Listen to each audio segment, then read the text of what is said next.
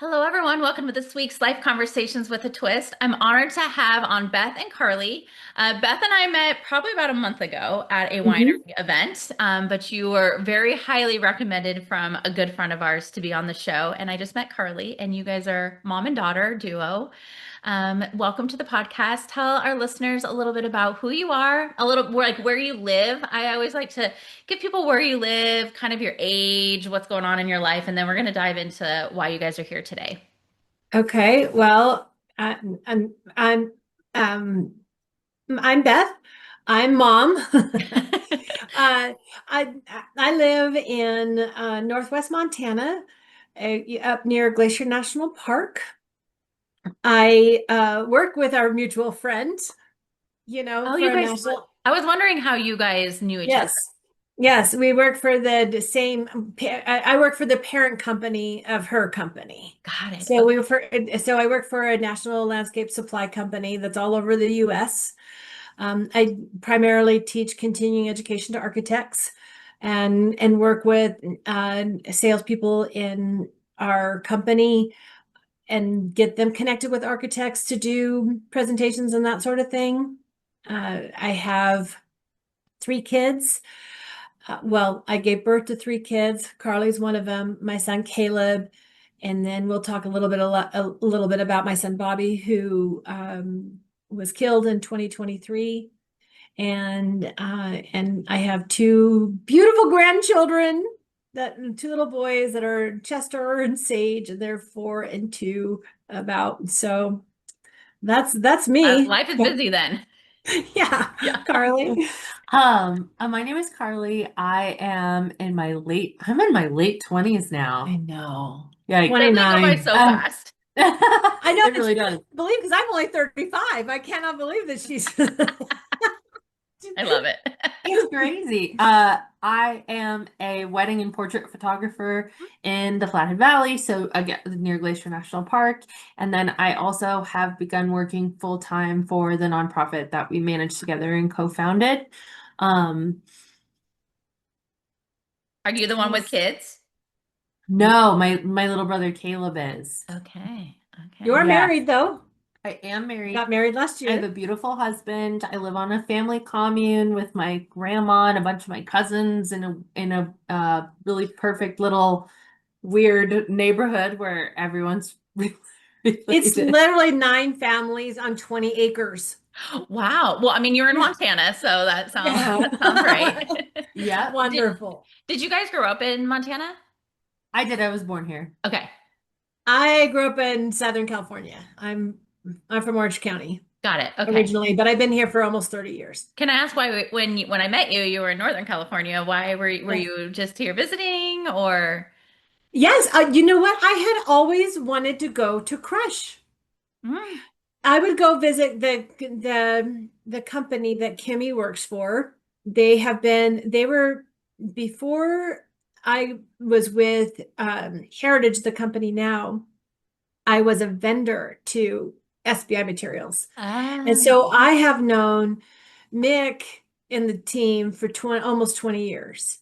And so I was always there 2 or 3 times a year. I've been in Sonoma County for 20 years almost. okay. And I've been to lots of wineries and visiting other areas, and I just the whole region, Sonoma and Napa. And I always wanted to go to Crush Got just because I mean, we live in an agricultural town, and wine country is basically just a farming town, but of grapes instead of hay and alfalfa. it. Right. So We it's got a that very, too. yeah, Yeah. but it's a very similar, it's very similar to where we live. The people are really similar. Mhm. So my girlfriend and I, we went to the Sonoma County Harvest Fair. Kimmy told me about it. And we went to the gala, and it was really, it was a lot of fun. So since they had crush events going on that whole week, we decided to come by and say hi and I love that. be a part of it. So anyway, It's just not a bad place a to girls visit. trip. Yeah, Yeah. just a girls trip, just a girls weekend is all it was. I love it. And Carly, I'm in the events industry. So when you say wedding and photographer, I see you. I've been in Okay. the events industry for over 25 years. So So you understand. I see I'm you. coming into out in the area where we live. It's a very, very busy summer season, and then everything goes dormant Mhm. through the shoulder season and through the winter because it's, light for 6 hours a day and frozen. And so I'm just finishing up the last of my projects, and I'm so excited for It's my like hibernation. what me too. Like I am excited, but then I'm like, oh my gosh, we need money. Yeah, So there's that. there is that. There is that. Yeah, because We, you guys kind of slowed down in your area too through the yeah. winter a little bit, huh? Yeah, pretty much November through April is kind of like our slower season. I think things are Yeah. starting to pick up a little bit in November and April, but definitely December through March, it's dead. Hmm. So yes, Yeah. I can, yep, I know where you're at right now. Now I'm like, okay, what are we doing to build for next year? That's on the Yeah, list. totally. Yeah. Well, let's dive into your story. So, you had kind of alluded that you lost one of your children, and do you want to talk about what that looks like and what happened, and then we're gonna talk about where you guys are at today. Okay. So, my son Bobby, uh, uh, it was his 21st birthday. Mm. He wanted to go down to the local um, bar here that all the people go to in our little town to celebrate his 21st birthday. And when at 2 a.m., when it was time to leave, the bouncer kicked him off the property and they ran across the street to catch their sober ride that was at the gas station across the street. And he was hit and killed by a drunk driver. Was everybody in the car? Was Uh, multiple people in the car, or oh, they no, no, they ran across the street. They were They pedestrians. were oh, they weren't pedestrians. even in the car yet? Mhm. No, no. And there was three of them. There was three men, but Bobby was the only one that was hit. He was the last of the three. And uh, Jake basically jumped out of the way. Garrett made it across the street, fine. But the driver had a blood alcohol of 0.20. He was very, very drunk. Was he at the same bar they were at? No, no, he was coming down. He was coming in from Whitefish. We live in Columbia Falls, so he was coming from another town on the highway. The bar that the Blue Moon where the boys were at is on the corner of two highways. What? Yeah, it's a rural community. So, kind of like I don't know, I'm trying to think of like if you had a bar right where um that highway where you cross over from Sonoma to go into Napa Yes. and and where there is where the petrified forest is, put a big bar kind of like right there. You've got two highways. So it's a connection point between towns. And so the driver had a blood alcohol 0.20 and we were devastated, obviously. And I could barely leave my house. I Right. don't, Like, I honestly don't think I left my house for 5 weeks except for to go to the funeral home, and take care of the things that I had to take care of. Because I remember a friend of mine died 5 weeks later, and I did go to the store to get some food for their family because it was a sudden heart attack. And I remember thinking, well, this is the first time I've left my house or been in public in 5 weeks. So that's how I know it was somewhere between 5, 6 weeks. I barely left my house. And Carli used to come over just about every day.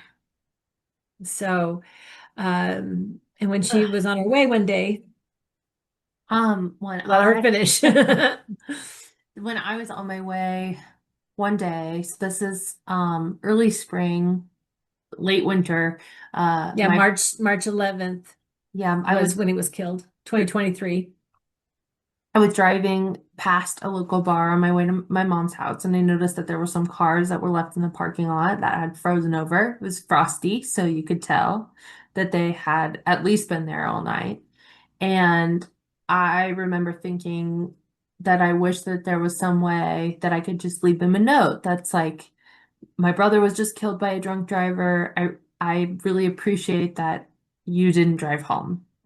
Um, and I just remember thinking about it and like briefly considering pulling over and writing it in the frost of their windshield, just with my finger. And I didn't do that, but I did call her, I think Yeah. on the way home. Yes, on the way over here, you did call. Um, and I, at the time, was working as a barista in a coffee shop that I had been at for several years. And I thought, maybe they would be interested in donating coffee gift cards. And maybe that's something we could do. We could just leave a coffee gift card for people and then say, from Bobby's family, thanks for not drinking and driving. Like that could be a fun idea. That could be a cool way to kind of, I don't know, raise awareness and just say thank you to people for doing this. And so we talked about it a little more and decided, why don't we try that? Let's see if it works. The coffee shops were interested. Um, we started thinking of other, Montana has one of the highest, if not the highest, depending on the source, fatality rates regarding DUIs in the United States. Really? So, Yeah. yeah, so we know other people who have been affected personally already. And so I could think of off the top of my head two people whose children have been killed by drunk drivers who may be interested in maybe they wanted their kids on the cards too. And then it wasn't just Bobby. So it kind of just grew from that point. We worked on it for a long time. We Hmm. put together, okay, what is our plan here? What do Yeah. we want the cards to look like? How do we schedule this? Like, are we going to go every weekend? How many cards are we going to give away? Um, so, all the logistics of it, we worked on it for several months, probably about 6 months, and then we started actually leaving them on cars on New Year's Day of 2024. Um, and so it has been a it has been a wild ride, let me tell you. Yeah. So I have a couple questions. So the how many bars are in your local area?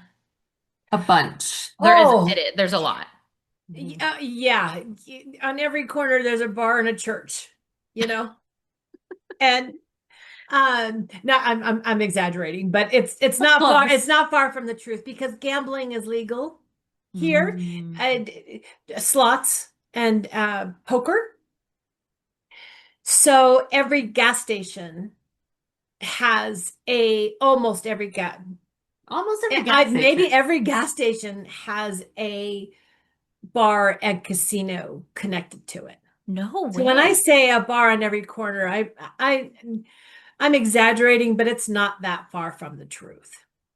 And the statistics as of 10/29, out of the 155 people that have been killed on our roads this year, which I know that doesn't sound a whole lot, but when you consider that we only have 1 million people in the whole state, 64% of those were impairment related.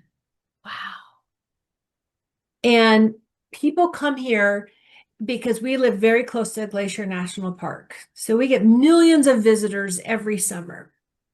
And people are terrified of being eaten by a bear or a mountain lion because Montana has the highest concentration of grizzly bears in the lower 48.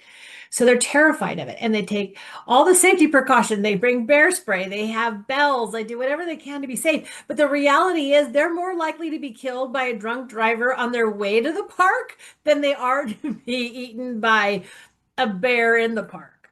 And by a lot. Yeah, like it's a Wow. much bigger risk factor for Yeah. them. So it's It's a problem. it's a problem, and Mhm. our laws are very lax, which we can I was talk going to about ask you that what the too. laws are. Yeah, we well, and we but we made a little change to that, and the but the biggest thing is that the culture here, which you coming from wine country, I'm sure is not that much different, is it's very good old boy, it's agricultural. Yeah, people have a beer on their tractors when they drive home and when they go to the rodeo. I'm sure it's the same thing you guys deal with. So the culture is, I'll be fine. Mm-hmm. But everybody knows somebody that was killed by a drunk driver, or their lives were greatly affected by it. Yet nothing seems to be done. When Bobby was killed, like I told you, the driver had a blood alcohol of 0.20. He was so drunk that he barely remembers the night. So he stopped then, I'm assuming. He did. He did, and I'm gonna give him credit for that because more often than not, if they can run, they do. And he did stop. He did try to administer CPR, but he was so drunk that he was stumbling and falling and couldn't do it. And the witnesses tore him off. Anyway, but because Bobby and his buddies ran across the street outside the crosswalk, they were technically jaywalking. Oh my gosh. I would like to point out that they were not far from the crosswalk. They were like 30 feet from the crosswalk, Mm. but they were considered jaywalking. And so the county attorney, even, let me backtrack. The Montana Highway Patrol detective took about 4 months to put his police report together, which is pretty common. It takes 4 to 6 months to get a police report back in Montana. It's awful. Oh my God. So, yes. So it took 4 months, but after interviewing all the witnesses and breaking and blah, blah, blah, and all the stuff, all the technical forensics they do, he determined the correct charge was vehicular homicide while under the influence. And in Montana, we have one of the heftiest fines. You could be jailed between 1 day and 30 years. But that 30-year limit is higher than most of the country. So you can do whatever you want until you kill someone and then they put you away. Except for when you're jaywalking. So since Bobby was technically jaywalking, the county attorney said to me, we don't have the time or the money to go to trial. We need to take what we know we can win. And so we are going to go after a DUI and careless driving, both of which are misdemeanors. Neither one of those are a felony. I had to ask, well, can you at least go after an aggravated DUI? And he said, well, why? What's the difference? I go, well, an aggravated DUI has a maximum sentence of 1 year in jail, and a regular DUI has 6 months sentence. So can you give us a little bit more time? All right. Okay. Yeah, we can do that. So the driver who killed my son was sentenced to 18 months in jail, 1 year for aggravated DUI, and 6 months for careless driving. Was not convicted of a felony, and was released on April 29th of this year. So he was only in jail for like a year. Year and a half. Year and a half. And now he's Yep. out doing his thing again. Yeah. Yeah. So that do you have kids? Yes, I have 4. Okay. So I was irate. I like my I feel it for you because I would Yeah. be like, what So the I was flabbergasted and irate. And I told the county attorney, are you kidding me? Somebody died here.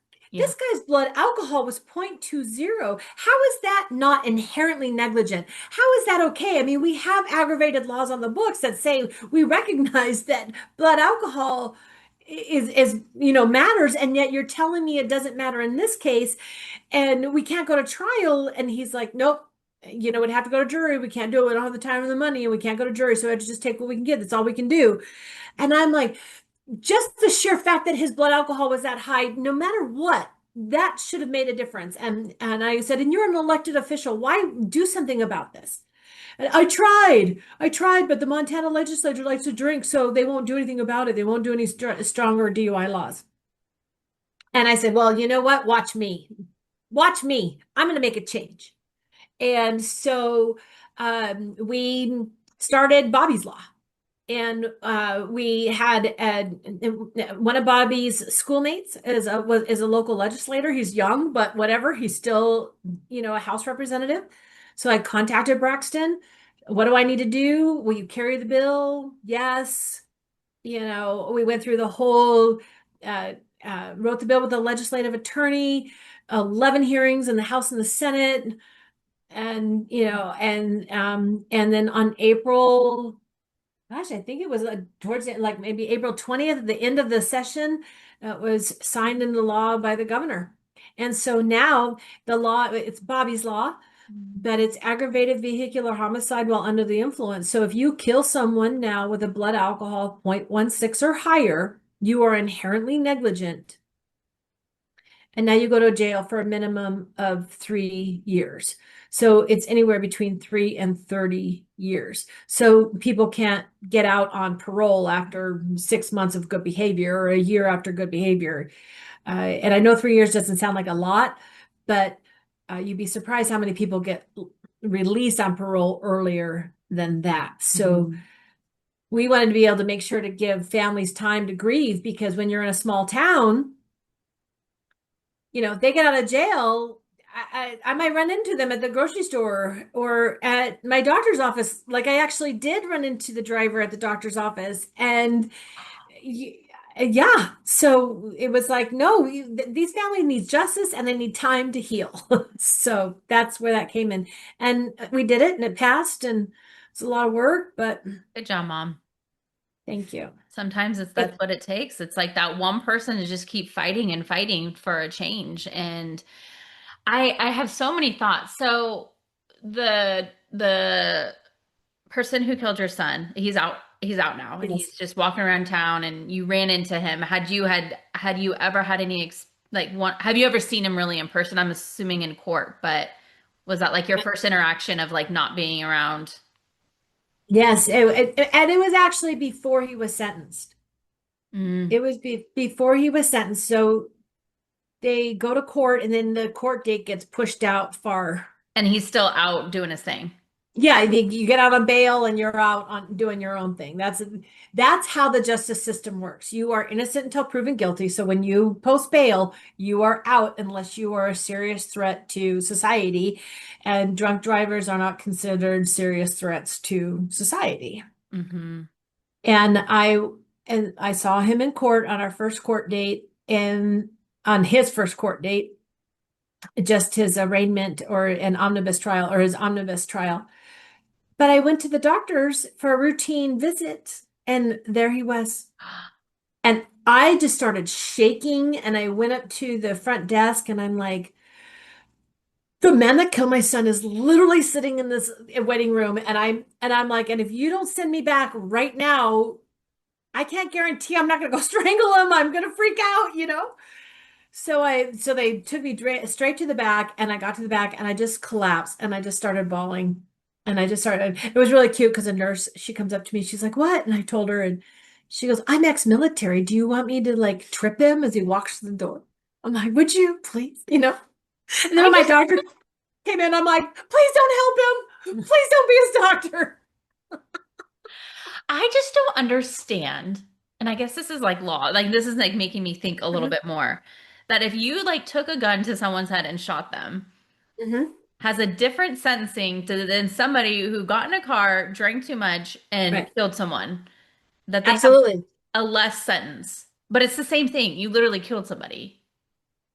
But it's not premeditated, and that's the difference. Mm.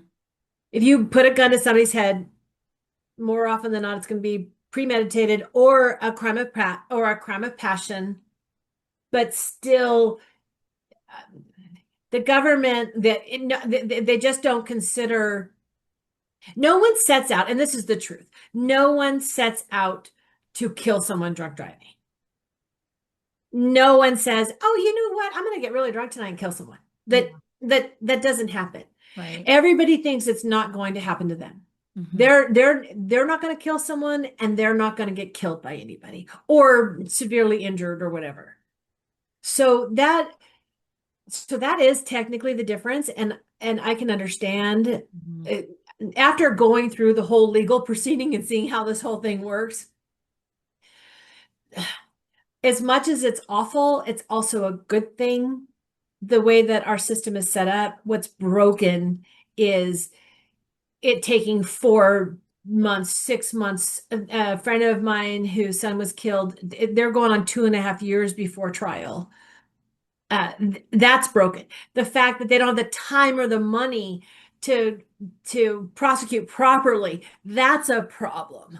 Mm-hmm. The fact that it takes nobody wants to change DUI legislation in the House and the Senate, that's a problem. Mhm. Because they're But drinking all the time. yes, exactly. Well, we had legislators this year who got a D. We got this one senator or the House rep. She got a DUI in the session. She literally passed out in her car at a stoplight in session. Wow. Oh, I had a momentary lapse of judgment. I only had one glass of wine, must have been on an empty stomach. You don't pass out Yeah, from a after glass one of drink. wine. Yeah. No, you and I both know that, you Yeah. know? So And you changed the law in your state. So after this situation, yeah, you changed the law in your state, and then now you guys started a nonprofit. And yeah, that all at is the same time. all at the All at the same same time. time. Hmm. And now, how many have the, so is the, is, because you guys are called bar fairies, which I think is the cutest thing in the Yes, world. Is thank it you. only in your state? Is it only in your town that you guys are doing this work? And like, well, I have more questions around that, but is right now the work just right in your state? No, actually, so it started in the Flathead Valley and very quickly other areas in Montana were interested in starting their own chapters. So we had people come forward from Missoula, from Bozeman, Great Falls, Helena, Butte. People have come forward from about every area, major town in Montana. But then also we've had people reach out from Wenatchee, Washington, from Seattle, Washington, Lake of the Ozarks, Missouri. We're about to get started in Cleveland, Ohio. We're about to get started in Charlotte, North Carolina. And it anywhere where there's somebody who cares about it an awful lot, enough to find volunteers and find funding and find victims that are local to the area can start their own chapters. I mean, we're still organizing it and we're definitely learning as we go that because when we started this, neither of us have any nonprofit experience at all. Mom sells landscape stone. I was selling herbal supplements, and taking photos. This is totally new to us. It's just something that we're passionate about, so we're learning as we go. But we have a team of some of the most incredible, dedicated people who have been so helpful in every way through learning this process, and I'm sure clunking along.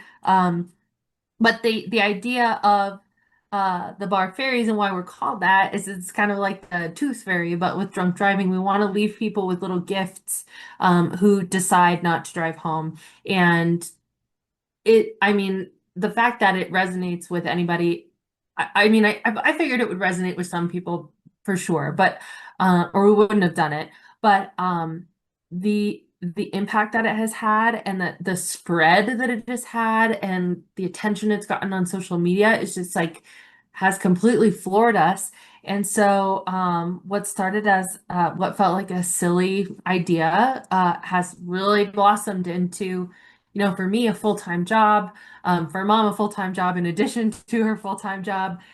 It's an immense amount of work, but it's an immense amount of work, but it's a lot of fun to see how it's Mhm. grown. It's only been 2 years. It I hasn't cannot even been two believe that. years. Like when you said 2023, I'm like, what? I know. Yeah. Well, until we Mommy would started in be so proud of you 2024. girls. You know that, right? Yeah. Well, one of his friends, this was really sweet. So People Magazine did an article on Bar Fairies, which was very cool, and we were shocked. And there were all these gals in the comments being like, "He was so handsome," and one of his friends pointed out, like, Bobby would be so geeked if he saw all these ladies saying how handsome he was in the comments. I'm like, you're 100% right. But like the amount of attention and stuff. He was such a sweet and amazing person. And anyway, he just so charming. So of course, Yeah. that would be very exciting for him. Um, That's Yeah, cute. Bobby was 6'2", dark hair, blue eyes, strong shoulders. He was a very handsome young man, but more so than that, what made him, he was so positive and smiling and funny and a spirit of adventure, little mischievous. Uh, and so he was very charismatic, and people just loved him, and not just us, but he was really kind too, and he always helped people out all the time. Mm. So it was a very big loss. yeah. And but it was funny. He liked to look cool. Like he played on the golf team and he played tennis because he looked good in the uniform. Oh my gosh.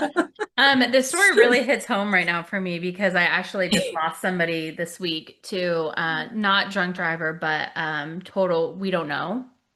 Oh, I'm And he was only sorry. 45, and it's like the same thing. Like he was just the most charming, amazing, kind-hearted, beautiful human being. And my family, I just saw his family yesterday. It's my best friend's brother-in-law.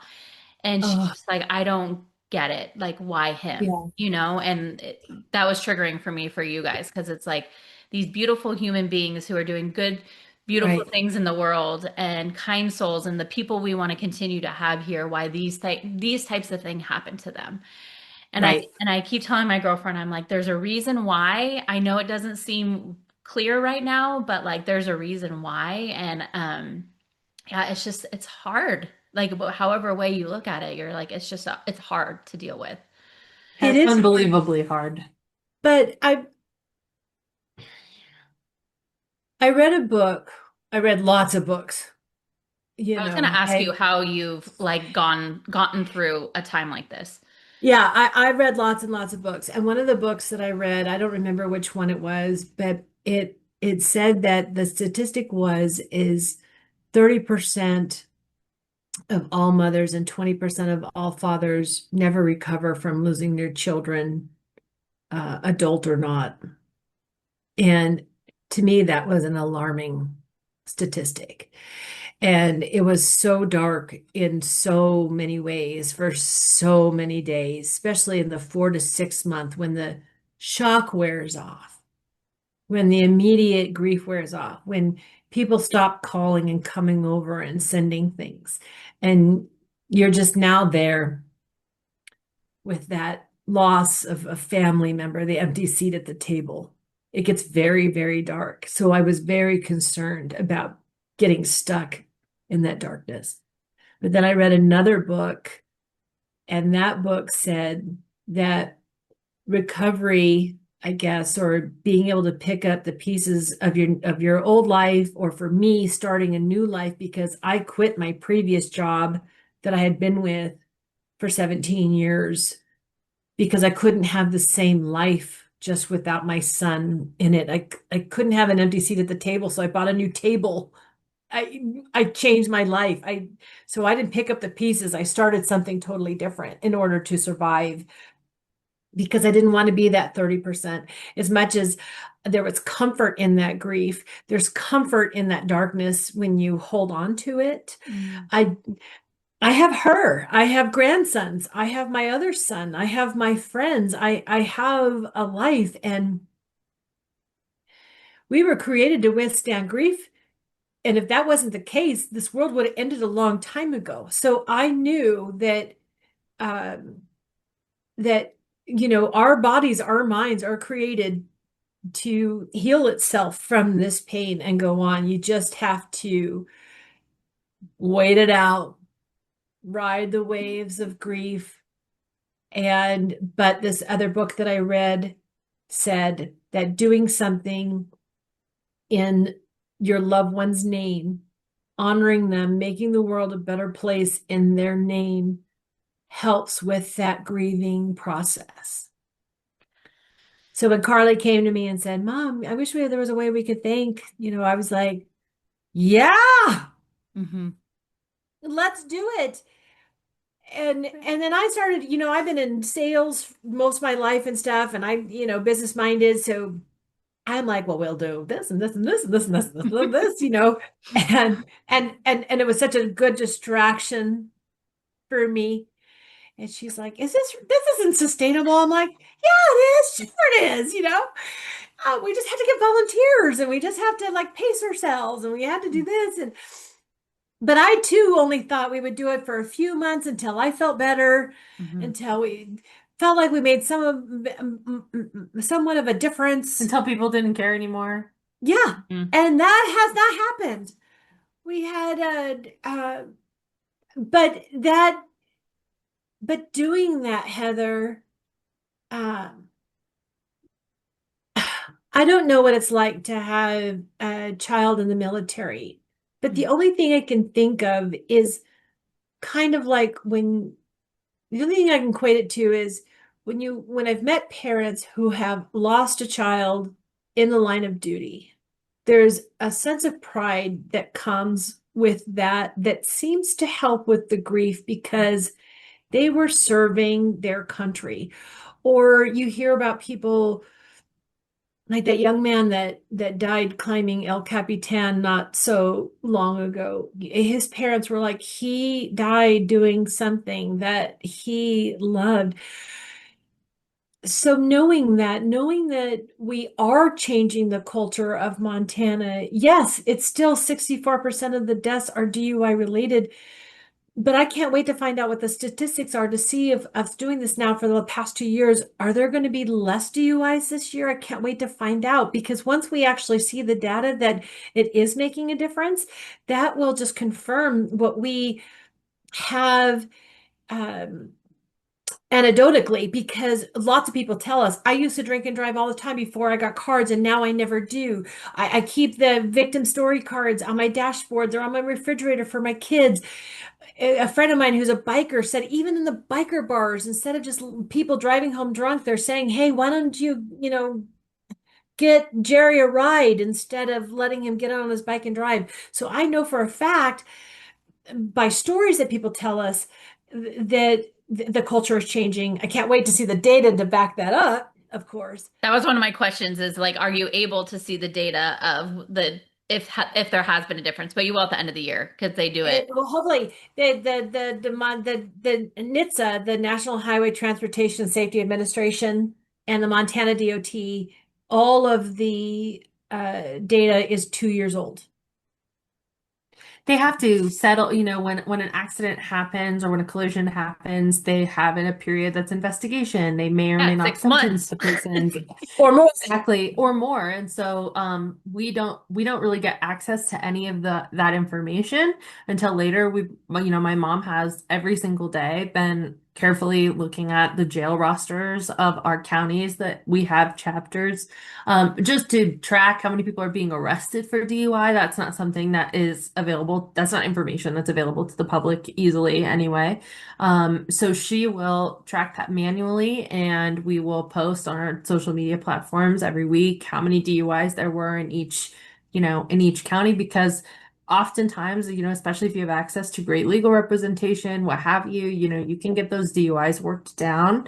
And so all that to say, we're trying to find ways to prove it, Mhm. and to prove that these conversations are being had and that they're making a difference for people. But I will say that in the Flathead Valley where we live, and in Montana as a whole, just having the conversation regarding drunk driving is making a difference. And I know it is because it's not a conversation that was being had you know, um, uh, outside of people being judgmental in my memory. Obviously you're not supposed to do that. It's bad if you do that, you're bad. But having that conversation in the bar or with other people who are around your age, like your peers, I can see it happening. I can see it on social media. It gives us this like beautiful window into, especially seeing young people, because even when I was a teenager, a decade ago, the difference between the way that today's teenagers are talking about this online in front of us, talking about this issue, and are completely like shocked that this is still a thing. It's totally different than when I was in high school. Yeah. And so getting to see that just the difference culturally in what's happening, especially for the new drivers that are entering into this that are entering into society now, teenagers, it's very encouraging, and I'm hopeful that we can put this issue to bed because it's completely preventable. And I can tell you that, from what I keep track, the year Bobby died in 2023, there was 11 people killed in our town, by drunk drivers. And last year there were 7, Mm, and this year there's been 5. Now, wow. that's not to say that, I mean, we got the holidays coming, so I wonder we if have, I mean, you just made me think of something. And I actually have this conversation a lot about the generations, right? Like, I just think I'm literally thinking of like Yellowstone, these older white men who yeah. are still around and are still drinking. I mean, I don't know what the age of the person who killed your son is, but like, I just think their mentality is so different that I'm curious in the next, 10, 20 years when they all start to unfortunately die out how that changes because I think our generation is definitely we are like on the cusp like we think we're okay but some of us are more responsible and but then like you were Well, saying the younger generations like nope like absolutely not and now we have Uber and like we have easier ways to get home versus in the middle don't, of Montana I'm sure there's probably no Uber. right. Drunk drivers in Montana are 38-year-old males. Mm, That's who they are, according to the jail rosters. Yeah, that's And it correct. also is for, and it's higher, fatalities are higher in women, if you can believe. I mean, it's still a 38-year-old male who kills the majority of people, but it's almost half man, half woman, late 30s who kill people. interesting. Interesting. And yes, but if you see the jail, when I look at the jail rosters, yeah, the average age is 38, but it's mostly, um, it's that average comes because there's a couple of 20-year-olds in there, but the majority of them are 45. Oh They're yeah. they're elder millennials and Gen X. That's males. Have you ever Those done are, statistics on like rural areas versus city? Like I just thought that about that with like the Uber. Like I feel like now it's just so much easier for us to like just Uber home because we're like, oh, we drank too much and we can just Mhm. Uber home versus like where you guys live where it's so spread out and there's again no Uber. Like I wonder if that changes based on where you live. So we have just those per capita statistics about Montana being higher than elsewhere in the country, I think are pretty good because Montana is so huge, footprint wise. The size of Montana is huge and our population is quite small.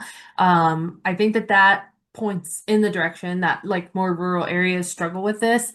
But also DUI checkpoints are legal in California, they're illegal in Montana. Oh. The minimum the minimum penalty for your first DUI in Montana is $0, zero jail time. In California, it's $10,000 and your license is No, you're suspended. wrong. It's 1 day in jail Oh, sorry, 1 day in jail. for DUI. That never gets served, but And so you look at the consequences and then the societal kind of attitude about it, for a long time, especially in rural areas, you would drunk drive home from the bar and you would just end up in the ditch. You might kill yourself, but a lot of times you just get towed out in the morning, or or the cops drive you home. the cops would drive you home. As our population has grown, we have too much traffic for people to be driving on the opposite side of the highway. Oh, and so me noticing the jail rosters and doing the jail rosters, no one's getting arrested other than in Flathead County and Missoula County. Those 2 counties, which Missoula has, University of Montana, so there's a big university there. They're the only 2 counties that there's a lot of arrests. Like Billings has like 160,000 people that live within that town, but they have like 2 DUIs a week. yeah, 2 to 6 DUIs a week, maybe 7 DUIs a week. And a friend of mine who's on the legislature called and talked to the sheriff there, and they said, "Oh, well, we just pull them over on the side of the road, give them a ticket, and let a responsible party come pick them up." And that happens all over the state, and all of the other cities. That's what's going on. Which is They don't not, even arrest it's him. like They just rewarding pull their rewarding mom. bad behavior. Yeah, exactly. And then your bail, there's not even, you don't even have bail. You call your mom or your buddy and they come and they pick you up, and then you go to court, and I don't know what you have, drug school maybe, and a couple of AA meetings, and maybe $1,000 fine, and it's still a misdemeanor, and it doesn't hit your insurance unless you get new insurance. Interesting. The penalties are so much more relaxed than everywhere else. And if you look at, say, Alaska, I feel like is a really good example of another rural place with similar huge footprint and small population. They don't have the same issues. Their DUI laws are a lot stronger than ours. Yeah. And the amount of people who are killed in DUI related accidents is staggeringly different than here in Montana. Yeah, per capita. And I think that it's really important to recognize the way that people are, culturally and legally incentivized to drink and drive, and there's no consequence for a lot of Right. people. Well, I mean, in California, you're right. Like nobody wants to do it because they're like $10,000 is so much money. So much Yeah. money, you know? And so And you spent 2 days in jail, I think. my dad had like three. Yeah. But Eh, honestly, eh, because of his third, he became sober. Congratulations. Yeah, he's been sober for I want to say like 30 years or something. Oh, So, that's yeah. amazing. From That's going to like amazing. drinking all day, every day, he Yeah. works in the construction. That was like his thing.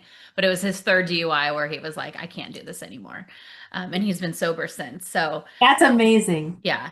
But God, it's so interesting to like think about how much the states differ so much. And yeah, I know you guys have a lot of work to do, but it sounds like you're doing the work. I do have a quick Thanks. question Yeah. on the bar fairies. So how do you guys get funding? Do the coffee places donate this like free card to give out? Like how does that work? That's a great question. We have been very fortunate in the way of individual donations from human people. That has been the way that we've been able to go Five, forward. five, $10, $20 donations on our website from when people see us on social media. We Mm. get $5 from Liverpool, England. Wow. And then It's so you weird. guys just take the funds in and then that's how you go get then That's well, how we do again, it. you're supporting local coffee shops by taking that Yeah. money to, Well, yeah. we do have a few local coffee Yes. shops who donate. So they Okay. they take a huge, they take a huge bit of the weight of that off. We have to pay for all of our printing costs and shipping costs and management. There ended up being more overhead than I think we imagined that there would be, but we've been able to pull it off so far. A Jägermeister donated $5,000. They saw us on TikTok and went, "Oh, we just want to give you money." We're like, "Well, can we have your logo and say thank you?" Like, nah, just here. Keep doing what you're doing. Good job, Yeah. Jaeger. Yeah, Yeah. yeah. Go Jägermeister. Go, Uh, Jägermeister. and we've had a couple of foundations and private family foundations. Like, Mm. oh, here's a check for $8,500. What? Uh, We had one. Really, I mean, we've been so very cool. fortunate, like by the skin of our teeth, that every time we've run We're like, low, oh, that's something will it. We're happen. over. We're done. And then here comes money. Uh, I think the It's more you do crazy. this work, the more you're vocal about it, the more audience you can get in front of, the more it's going to continue to grow. I mean, that's why yeah. it's crazy that you guys are only in Montana and maybe a couple other states, but like this truly, I mean, drinking is never going away. Like No. maybe, No, but unless we totally convert to cannabis, which maybe might happen Right. someday. But alcohol's not going away.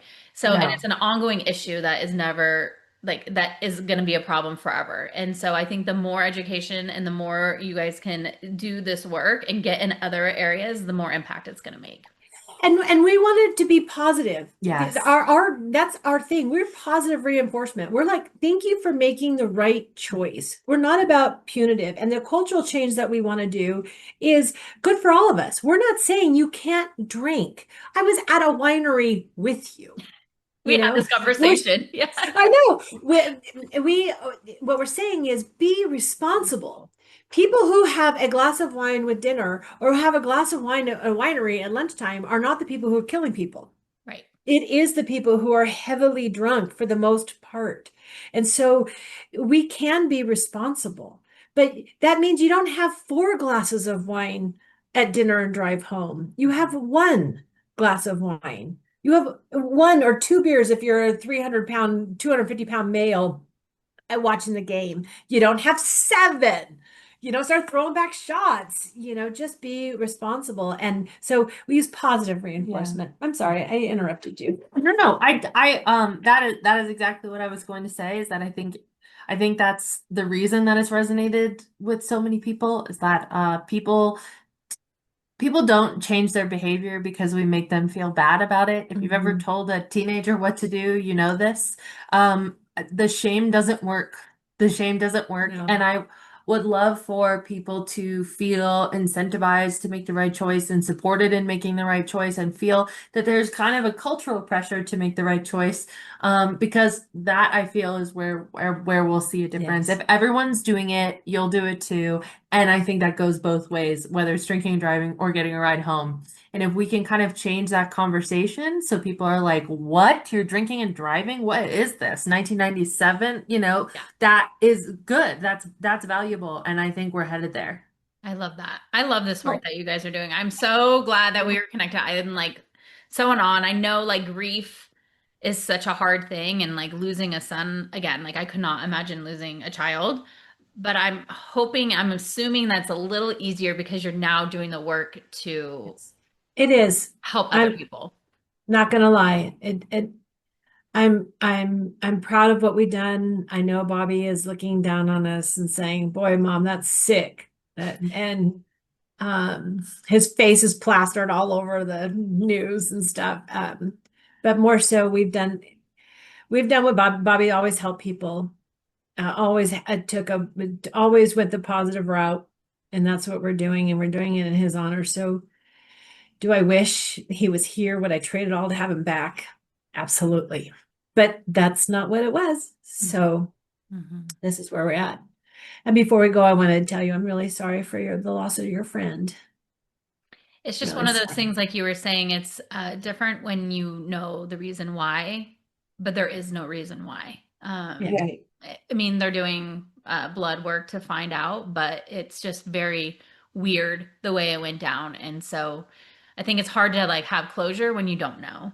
Yeah. And so I just love this story too, because they're in grief right now. They're like numb, they don't know what to do, they don't have answers. And his mom is obviously still alive and having to deal with all of this, and no mom should ever have to do that. So I always believe that all my stories and my interviews come on my podcast like certain days for a reason. And so I think that there's a sign in all of this that there's hope, and I know that they will find their way. So thank you. And thank you You're for the work you're welcome. doing. I mean, I think Thank you. I You're fall welcome. victim of drinking and driving sometimes. It makes me feel like crap. You're like, why didn't I just call my husband? Why didn't I just take the Uber? Why didn't I just go with the friend who offered? And it's sometimes it's like these stories where you have to remind you of like, it's not hard to ask for help. It's not hard to get home and not make a bad decision. So Yeah. And be proud of it. We want Mhm. people to not be ashamed because they left their car. We're not saying you don't have to be completely trash to leave your car. Just, I had 1 too many. I had 3 instead of 2. I had 2 instead of 1 if you're 100 pounds. Um, and be proud that you did the right thing. And it's not a walk of shame. I was Oh, just about to say that. I'm like, it's always a walk of shame to your car the no, next day. No hell, way. it's not. Like, be like, my car. Yeah. So, Yeah. Take a picture, tag us on Instagram. We love oh it. yeah. So So if any of your listeners, if they're interested, if they feel inspired and they want to do it, contact us. Our our name is Montana Bar Fairies. We've switched to the Bar Fairies since we're expanding across the nation. So what is our email? It's montanabarfairies@gmail.com. Okay. If you search Bar Fairies in any capacity, you can't miss us. Oh, but our website, if you want more information or to donate, that is thebarfairies.org. thebarfairies.org. Or montanabarfairies.org. It all goes to the same place. Who would have thought? You're like, I'm going to make a Montana because that's where we are. And you're like, oh my gosh, now this is like, could be a whole national thing. Yeah, and we've had our out of state places. They're kind of like, people are connecting to the Montana Bar Fairy thing, so we're switching it up, but we can't come on here and be on your beautiful podcast without shamelessly plugging for donations. Yes, and we will include all the ways they We can are a find 501c3. We are a legitimate nonprofit, so it is a tax deduction if you itemize your deductions. So. I love it. Thank you, ladies, so much for being here, for talking through You're the welcome. story. I know it's not an easy story, but the work you're doing is beautiful. And I know your son and brother would be very, very proud of you guys. And I cannot wait to see where you guys go. Like, come back in a year and when you guys are every single county in the United States, because I know that's going to be Oh my gosh, that's a lot of work. That would be great. We just need volunteers. Okay. It would be great. It would be great. You'll get it. You'll get it. Think big. Thank you so much, Heather. It was so great to meet you. It was really nice to meet you too. Yes. Thank you guys. I'm going to hit.